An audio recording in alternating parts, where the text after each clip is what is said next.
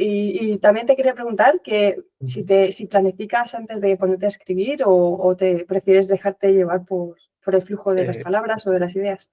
sí, totalmente. Dicen que hay dos tipos de escritores, ¿no? El de brújula y el de mapa. El de brújula va con una dirección, digamos, pero no tiene planificado por dónde va a ir, no tiene ningún mapa, mientras que el de mapa pues tiene un mapa y lo sigue. Y yo soy totalmente de mapa. Además es que considero que no se puede, depende de lo que quieras escribir. Poesía, por ejemplo, pues no puede ser de mapa, evidentemente.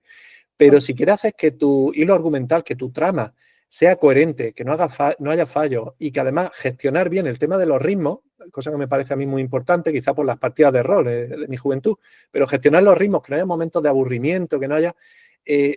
creo que no se puede gestionar si no lleva un mapa perfectamente claro, lo cual no implica que cuando te vías a escribir, cuando vas por la mitad, a lo mejor cambias detalles del mapa o surgen cosas nuevas y demás. Pero tienes que llevar un mapa, si no flojea. De hecho, en tu método siempre habla, porque yo me he leído tu libro del método, Ay, aparte de ver los gracias. vídeos, sí.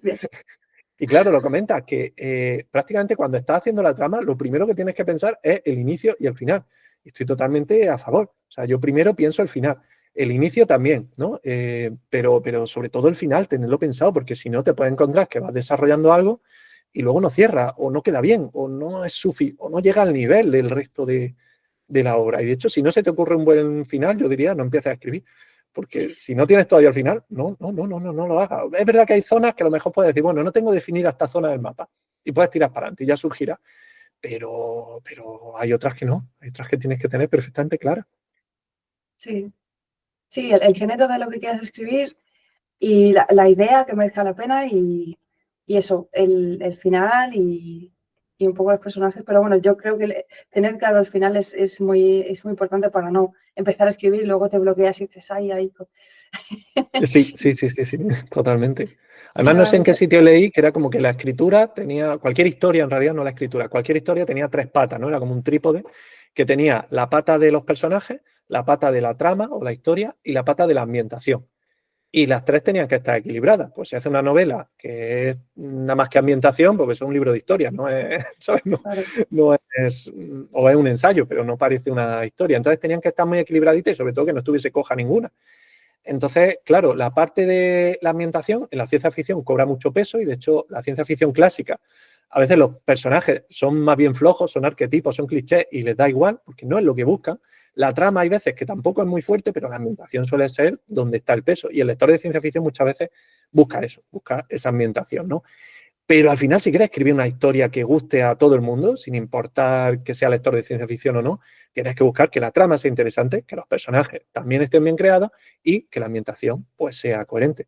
Claro, si escribes, por ejemplo, literatura contemporánea, pues la ambientación es mucho más sencilla, ¿no? Porque es en el día a día, digamos. Entonces, si haces una historia basada en la ciudad de Valencia y viven en Valencia, pues muy sencillito. Pero bueno, las otras dos, por ejemplo, la literatura romántica, ¿no? Que es al final la más leída, yo creo, o al menos según Amazon.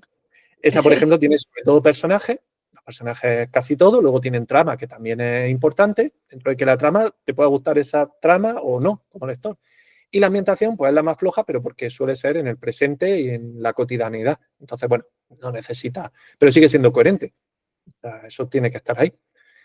Y bueno, entonces, pues sí, el mapa sería, digamos, lo de ser escritor mapa iría dentro de la trama sobre todo, pero los otros dos puntos son fundamentales. Y sin tener esta estructura, por ejemplo, en tu método lo dejas clarito, que los personajes son fundamentales y la ambientación es que también depende del género, pero bueno, pero sí, también. Sí, sí, ¿no? Sí, bueno, la ambientación por ejemplo, en un libro de fantasía, el world building sería esa ambientación, ¿no? De crear todo Eso. un mundo.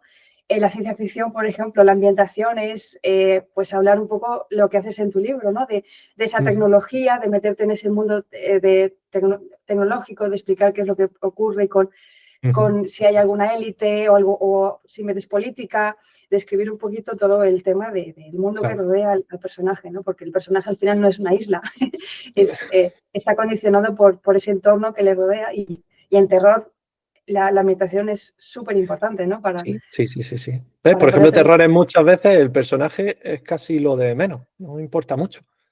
Pones un cliché, un arquetipo, y si los clichés no están mal en principio, facilitan la vida al escritor y sobre todo al lector. Es decir, el lector también, cuando se encuentra un cliché, dice, ah, vale, este es el personaje, el graciosete que muere el primero, yo qué sé. Pues, vale, lo asume y le quitas trabajo al lector y puede disfrutar igualmente la historia. Por ejemplo, en el terror suele ser más la ambientación, el monstruo, si vemos el monstruo como la ambientación más que como un personaje, ¿no? Pues no suele ser muy personaje, no suele... Y luego la trama, ¿no? Cómo va desarrollándose todo. Y los personajes quedan un poco en segundo plano y no pasa nada. Y está bien. Es que cada historia pide una cosa u otra. Pero Claro. Es que depende, porque el terror tiene muchos subgéneros. No es lo mismo un slasher también. que un folk horror, que el tema de objetos malditos o poltergeist, por ejemplo. La ambientación del Poltergeist no tiene nada que ver con Halloween o Viernes 13. O sea, ahí cobra más protagonismo, digamos, el tema del asesino o de las víctimas que quieren huir de ese asesino. Y en Poltergeist es como más de qué ha pasado ahí, ¿no? Porque esos fantasmas están ahí y que esa ambientación de que al final, bueno, pues sin hacer mucho spoiler, yo creo que todo el mundo sabe lo que ha pasado con Poltergeist, ¿no? Que la casa estaba encima de un cementerio y que quitaron las lápidas, pero dejaron los cuerpos. Entonces, no tiene mucho sentido, porque al final... Es de hace décadas. Yo creo que no, ya lo del spoiler ya no aplica, ya prescrito. Ya no.